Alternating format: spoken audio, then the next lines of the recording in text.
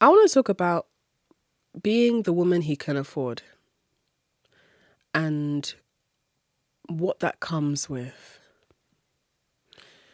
You might have heard me in the past say that every woman has a price. It doesn't mean that you are up for sale and you are a commodity that will be taken and only used merely for the resource that you are. Maybe in men's eyes, yes, but in the grand scheme of things, no. What I mean when I say every woman has a price is that women are expensive.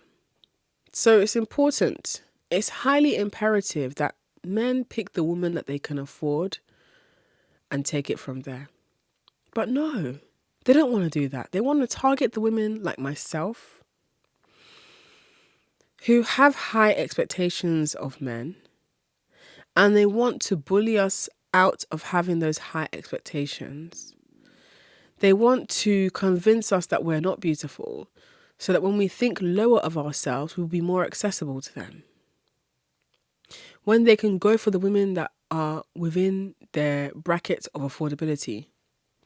But why they don't want those women is because those women are too accessible, too easy, too desperate. There's nothing satisfying about the pursuit. In fact, there is no pursuit. Those women are waiting at their door, hoping, praying that the man will wake up and decide to pick them.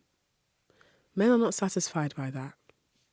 They like the idea of chasing and pursuing a woman who is a little bit out of their league to a certain degree.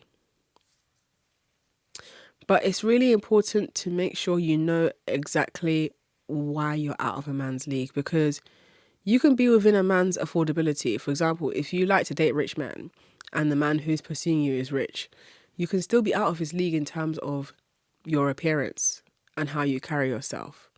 So the chase for him is exciting because he knows he can afford on paper to impress you. But what it's going to take for you to be impressed by him will demand more from him than just his money. That's the kind of woman I am.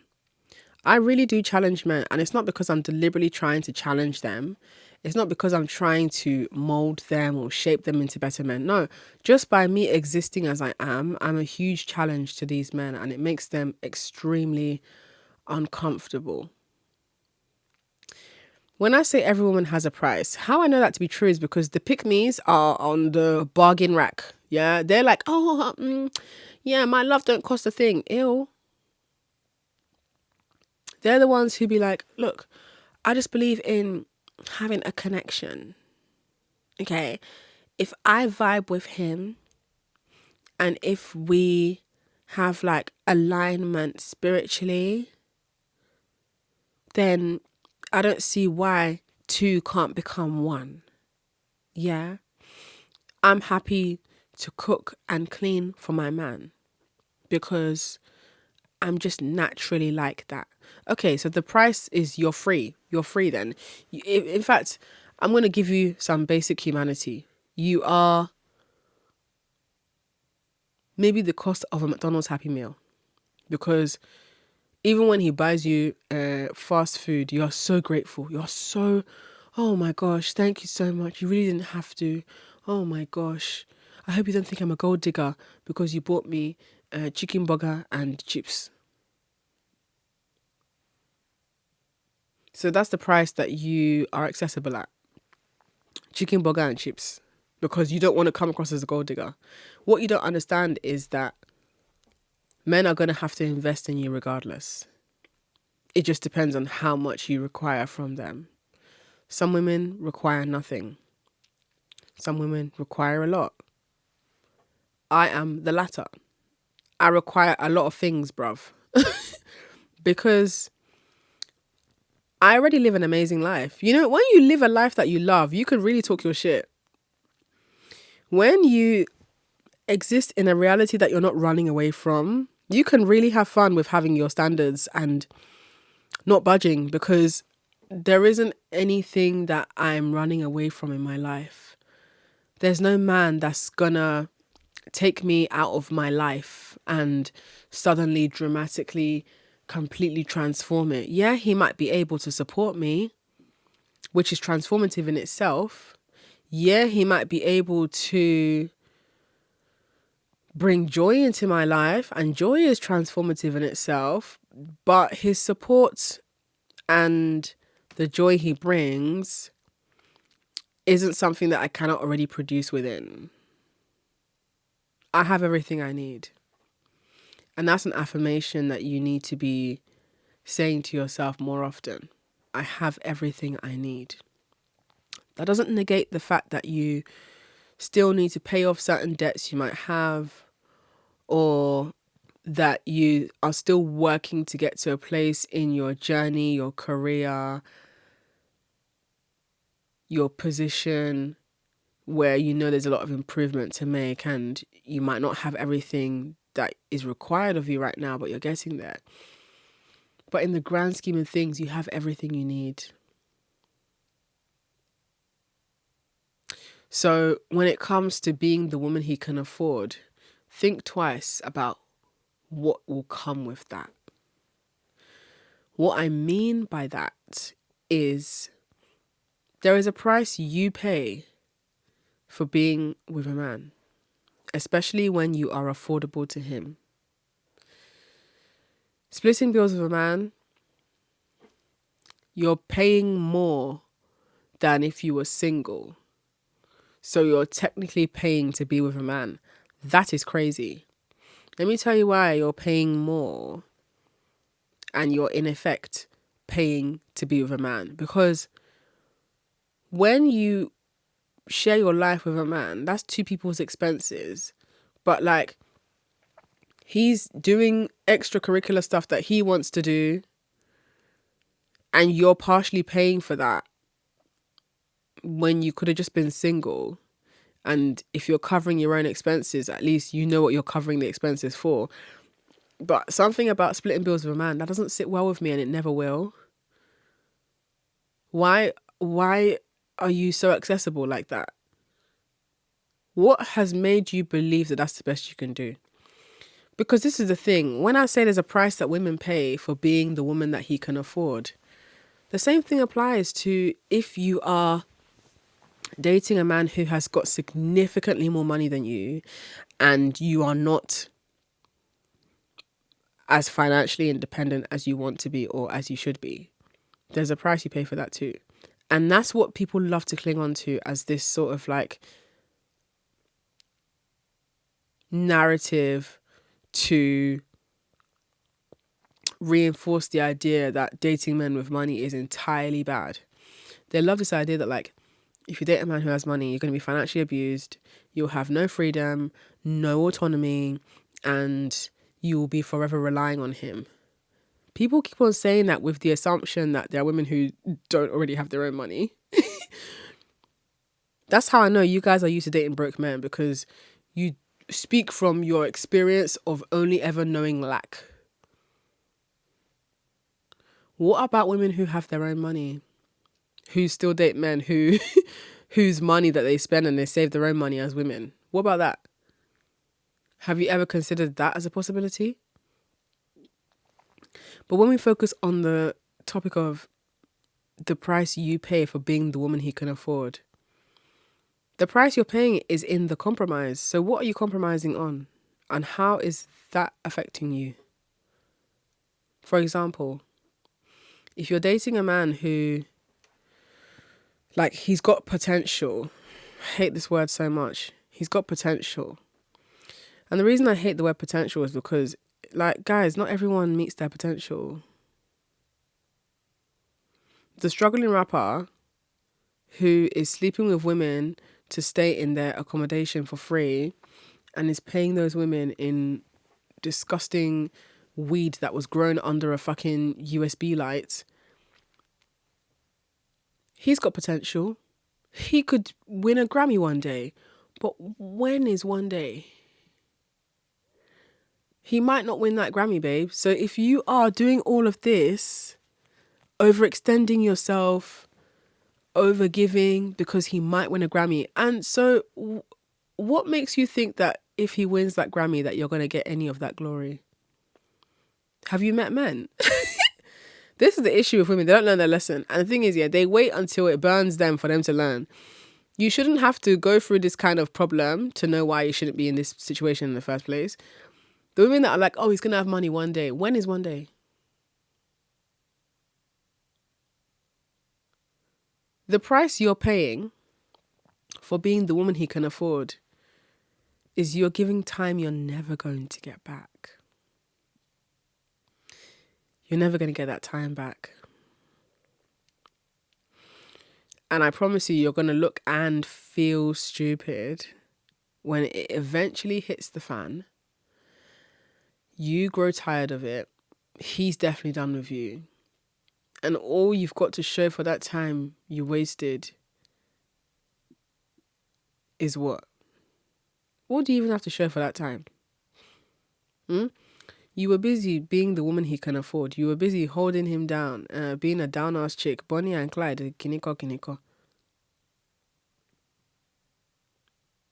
You were telling yourself that you are a better person than the women who are upfront about their requirements of men who want to date them. You told yourself that there will be a virtuous reward for you because you picked a man who is still figuring it out. Why are you doing that? Because look, if you needed an operation and you were told moments before being put under anesthetic that the person who'll be performing the surgery on you is a junior surgeon who is still figuring it out, are you not going to be scared? Are you not going to be like, I feel uneasy about this. I don't feel secure in this because this person is still figuring it out. So maybe they should not be doing something like performing a surgery on me. I would rather an experienced surgeon. Now, I'm not likening dating men to being in surgery, but the commonality in this analogy here is the trust we put in men. You're trusting somebody who does not have the qualifications to be trusted to the extent you're trusting him. Whether that's the junior surgeon or the man who is still figuring it out. This man who is gonna have money one day. This man who, he's not there yet, but with enough support and love from you, he's gonna get there because we're a team. What do you think this is, girl? I have to really kindly tell you that men don't see you in the way you see them, my love. You think that we're a team together and I'm gonna build with him. And one day, when things take off, we are gonna be together as the power couple that we are. Because I stood with him through thick and thin. Let me tell you why I'm not doing that. I've seen more than enough to know that shit doesn't work. And even if it does end up being that you and him remain together after you've built him and given up your time to invest in him, what a lot of these women who are in that situation don't tell you is that they are still staying through him cheating. They found out he cheated. They're just not going to say it because it's really embarrassing. It's embarrassing because he cheated. And it's embarrassing because they stayed through his cheating. That's why they're not going to tell you that. Most of these women who were with their partner while he had nothing and he's got something now, the reason why they stay while he cheats, or the reason why they stay after he cheated, is because they don't want to let go of their investment. They poured their time, their money, and their energy into this man when he had nothing. So they've already told themselves, look, this has got to work because I'm not getting these 10 years back. I'm not getting all this money back. All that energy I put into building him, I'm not getting that back. So even if he cheats, we're going to have to just work it out. We're going to do couples therapy. Girl, in my opinion, I feel like couples therapy exists because that man ain't doing what I told him to do. Like, why do we need couples therapy? Just do what I say you should do. Do you see why I'm not a relationships counselor? Do you see why I'm not a relationship coach? Because I believe in leaving. Guys, there is a price you pay for being in a man's life for free. Nothing is ever free when a man is involved, just so you know. There are always going to be consequences for being the woman he can afford. Even if you are dating a man who, yes, he's got money. Yes, he's invested in you. Yes, he likes you more than you like him. Yes, you have your own money, but you're spending his and you're saving yours. Yes, it's going exactly as the idealized scenario would paint. There's still a price you pay. But the price won't be sacrificial on your part, but there's a price you pay. For example, the price you might pay is if you choose this guy who is the provider and like you're convinced you like him and things are working for you. The price you're paying is you're missing out on the opportunity to be with another guy who might have more. There's always something that you are passing up on by choosing to be with a guy. But I would rather pass up on the opportunity to be with a bigger spender than passing up on the opportunity to just live my life and be poured into. Like, a lot of women, because they are spending so much time telling themselves this is going to work, this has to work, that's why they don't leave while they still can. The longer you stay, the harder it's going to be to leave. 1, 2, the more of your time you invest, the more enmeshed you become with that man. So what does that mean? What enmeshment means is, you see when you and that man dissolve into each other, and it's like you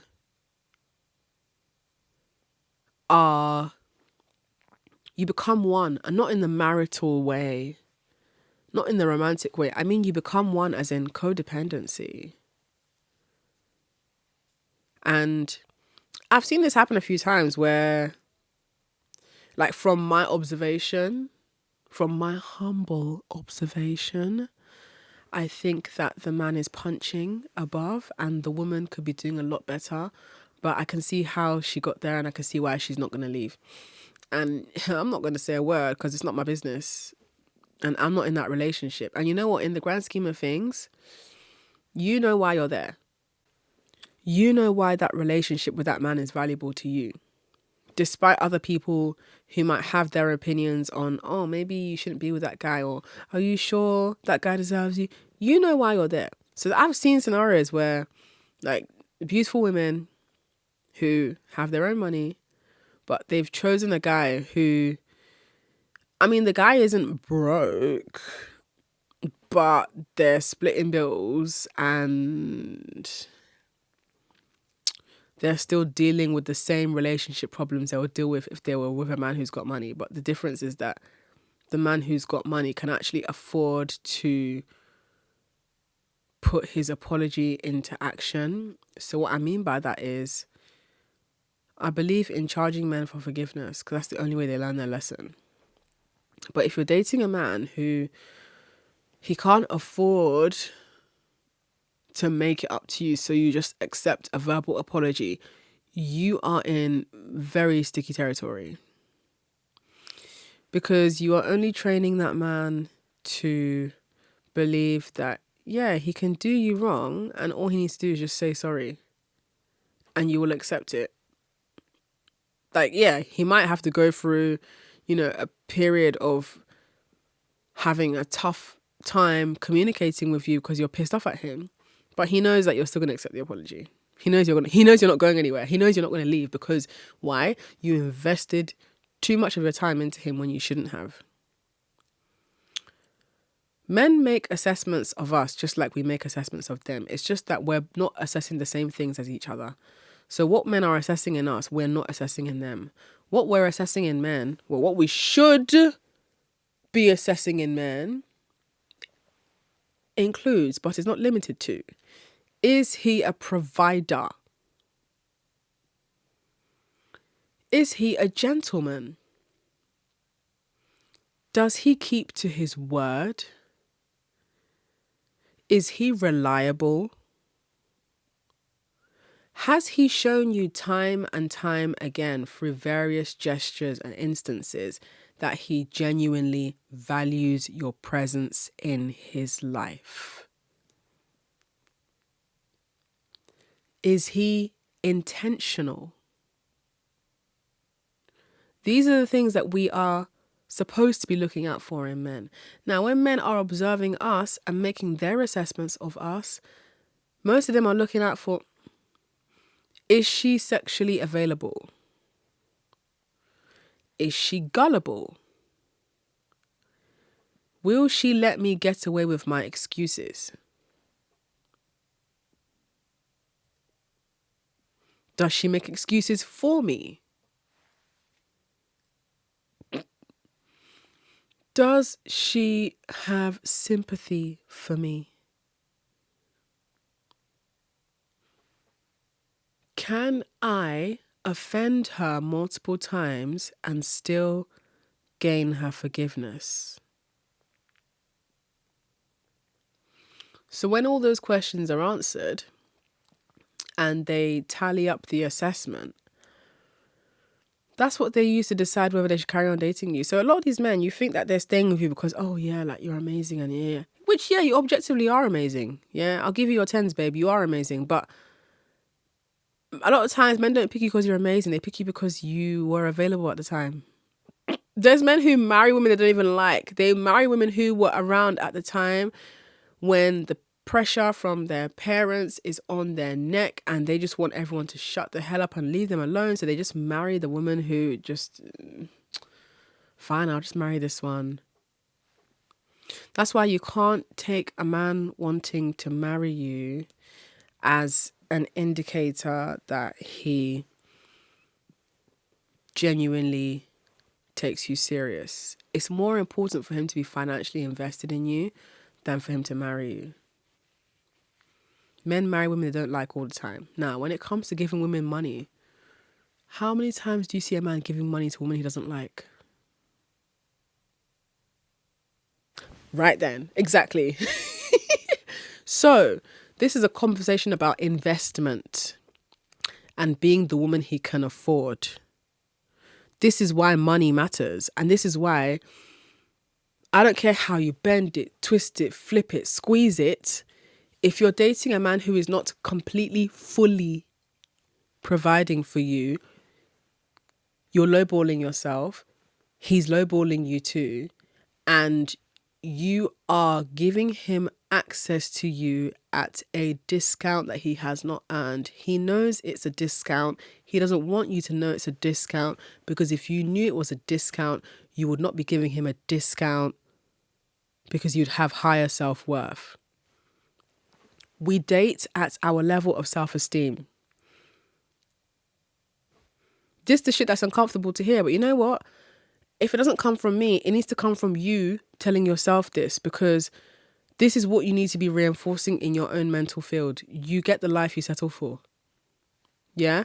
If you're worried that it's unrealistic to meet, let alone partner with a man who has his ducks in a row, guess what? It's even more unrealistic to date a broke man who you think is going to one day give you the world when he finally gets money. You're better off just being single. So this is why when I see women dating men who they are way better than, it really bothers me, because that just tells me that you have low self-esteem. That's all I need to see. I don't need to hear you being self-deprecating. I don't need to hear you doubting yourself to know that you already doubt yourself just by the man you've picked. Just by the situation you're enabling. I can see it. And you know what? I hate to say this because I'm not wishing anyone bad vibes. In an ideal world, I would hope that everything works out, but that's not the world we're in. We're in the material, earthly realm where men are unreliable.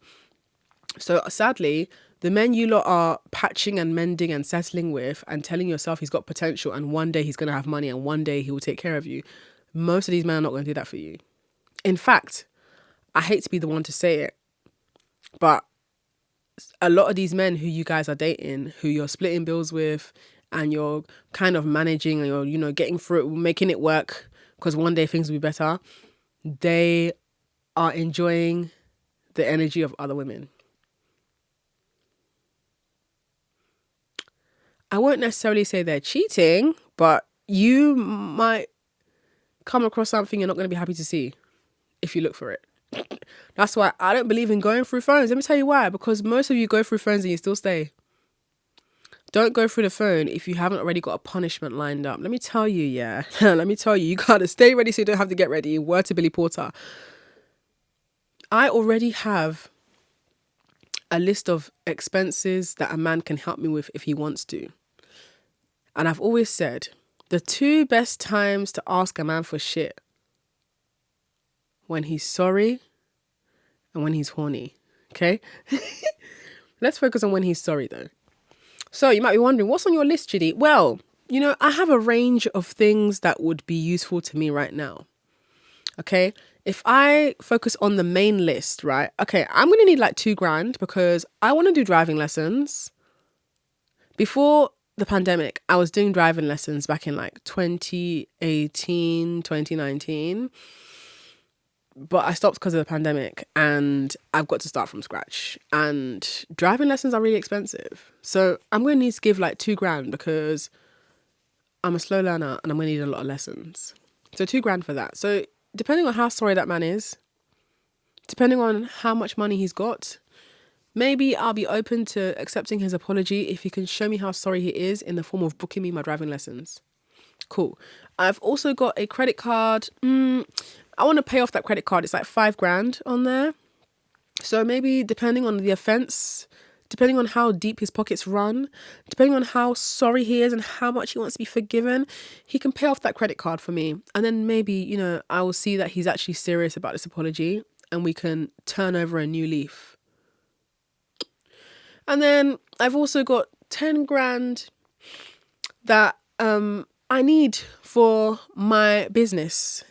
Yeah, I run multiple businesses and $10,000 will be helpful. The miscellaneous fees, accounting fees, items for my merchandise, equipment.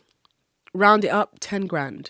So why I'm giving you this itemized list is because on the topic of staying ready so you don't have to get ready, yeah, you need to always have a list of things a man can help you with when he's sorry, and it needs to be financial. Don't be asking for shoe and bag.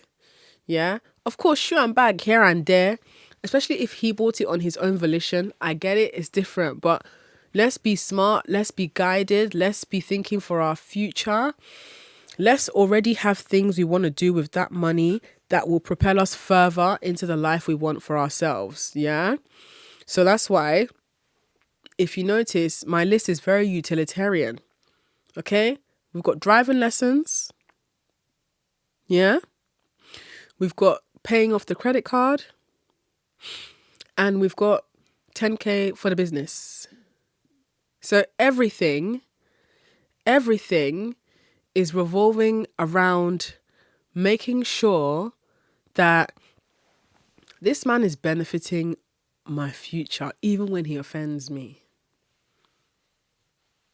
A lot of you don't think into the future. A lot of you think for the now. You think for the, I guess he was really, really sorry. He cried. So what if he cries? If you like, cry blood. Men use crying to manipulate you guys. Don't fall for it. If he cried, good. You know what? It's good that you cried because that shows me that you're really sorry. Well, you're going to have to show me how sorry you are. If that cry that's coming out of your eye is real, then you'll pay me that $2,000 or the $5,000 or the $10,000. Get it where you get it. Wherever you can insert yourself, insert it. We can discuss a payment plan. We can set up a debt contract. Yeah. I am not oversympathizing with men anymore. That version of me she died. She died in a horrific wreck, right? The version of me that I am now is the version of me that I have always wanted to be. And I'm grateful deeply that I got here by myself. Because I could have been that girl who is just dating the guy who has potential. Potential? Girl, what the fuck did potential ever do for anyone? I mean it when I say there's a price you pay for being the woman that he can afford. This is deeper than just, oh yeah, I want to be with a man who has money so I can buy Birkins. No, babe, no. This is about, I want to be with a man who has money so that my life is better. That's the whole point. What's the man there for? You might as well be single. A lot of you, your lives are not that different to when you were single. It's just that you're having more arguments with this man. Like, you're having more arguments and you're paying more in expenses than you would if you were just by yourself. So what's the man there for? I don't want to hear it. I don't care that he's nice to you. He's supposed to be nice to you. He can be your friend. As long as he ain't got it right now, he ain't got it, period. That sounds really hard to hear. Guess what? Men are not entitled to relationships with women. Just like how women are not entitled to relationships with men. I'm not entitled to a stranger's money. Like, a man could be in the train in front of me and he's got money. I'm not entitled to his money. But if he wants to talk to me, if he wants to be in my life, I'm entitled to ask him for what's required for him to be in my life. And if he can't pay it, he can move. So there's a difference between entitlement and expectation. Somebody who wants to take your energy. And you should know the difference and be guided in how you navigate. Because a lot of women, they're not listening. They think they're the exception. Exceptionalism is killing my people. Everyone thinks they're the exception, but nobody wants to behave exceptionally. How many times have I had to say that on this podcast? How many times must I remind you? And speaking of reminders, can I remind you that I've got a Patreon? That's right. If you don't know what Patreon is a platform that is essentially content behind a paywall that is exclusive, members only, where you can have community alongside content that deeply resonates without people whining about it. Yes, that is why I decided to create my Patreon about 2 years ago, patreon.com/theslumflower, where I have a 1-tiered system. That's right. For about $10, £10 a month, you can access a 64-page guide called the Dilemma Manual for free, where I discuss various anonymized dilemmas and how I would navigate them if I were in the position that the people who have sent their dilemmas in are in. You can also get bonus long-form podcast episodes that do not go on the Slumflower Hour, because if that was to go on the Slumflower Hour, the girls and the boys would cook me alive. Not because I'm saying anything that's horrific, but just because if you see how people are so sensitive to the things I say, I'm like, you guys definitely would not be able to handle the Patreon then. Anyway, I also have a voice note thing going on where you see that friend who sends you 20-minute voice notes? Yeah, I'm the friend on the Patreon who's sending you a 20-minute voice note dissecting a situation or thought streaming on a thought that's just hot in my head. We got that going on. Plus, there is a fire-ass group chat that moves at the speed of light, where the girlies are emboldening each other, encouraging each other, empowering each other, and reminding each other that you can do this. You don't have to go back to that old life of dating broke men. There was something funny that happened on the Patreon the other day. I had no idea that a bunch of you guys, if you're listening, you know who you are. A bunch of you decided, I love this, a bunch of you decided to organize a meetup in a dungeon, and you guys dominated this white man and made him pledge allegiance to the Republic of Nigeria. I am screaming. I genuinely didn't know that was happening. because that's the beauty of the group chat. Like, you just had to be there. And I found that so hilarious because trust you guys to take it into your own hands. I love that shit. That's what I want to see. So if you're interested, if you're curious, if you'd like to be part of a community of women who are not just taking their power back, but encouraging other women to find their power and hold on to it, consider joining patreon.com/the Slumflower. Because I couldn't imagine anything better than investing your time in yourself, than investing it in a man who's probably going to leave you. I hate to be negative, but have you guys seen how men move? Are you guys seeing what's happening right now with Cardi B and Offset? It's all unraveling in real time before our eyes, yeah? This man was cheating on her publicly throughout the duration of them being together, including when she was pregnant. And mind you, she's had 3 children for this man, yeah? And when the last child was born was when they finally had the ultimate fallout. And he got on Twitter, and about Cardi B, he said, "You're my baby mom, I won." Do you know what that means? That's not him being like, "You are the mother of my children. I won at life by having a woman as incredible as you to even grace my sperm with your egg." No, that's not what he meant. He meant, I won this game. I got you pregnant. I locked you down. I slowed you down. That's how these men turn around and talk to you. So when you're considering hanging around in a man's life or potential of how he's going to pay you back one day, he's not going to pay you back in the way you think he's going to pay you back, girl. It's a man. Be guided, be wise, be vigilant. I'm not saying any of this to be the bad vibes auntie that doesn't want you to have fun. I don't lose or gain anything from you guys dating broke men. But what bothers me is seeing another shining star become a statistic. It really be the best of us. I have seen soldiers crumble on the battlefield. I have seen many a fallen star. Do not be another one. You have got time to rewrite your destiny.